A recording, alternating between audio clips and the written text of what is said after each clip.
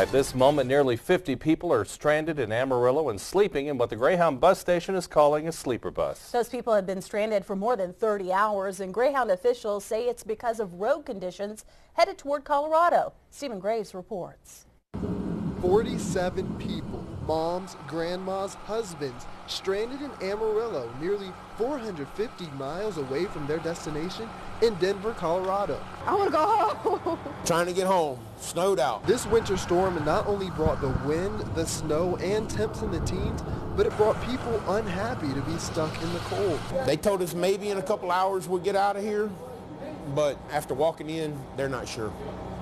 It could be a while. It's just been hard because there's some women on the bus that has kids and some that are six months pregnant. Gandia McIntosh is one of these moms. She says she arrived in Amarillo Saturday with her family and that there's not much more the people on this bus can handle. It's cold on the bus and it's cold out here, so it's not like we're somewhere warm.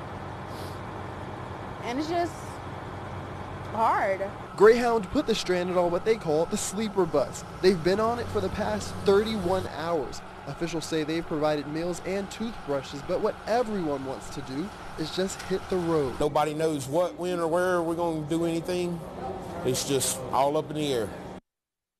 And Greyhound says they hope to have these folks on a bus and headed back home by tomorrow.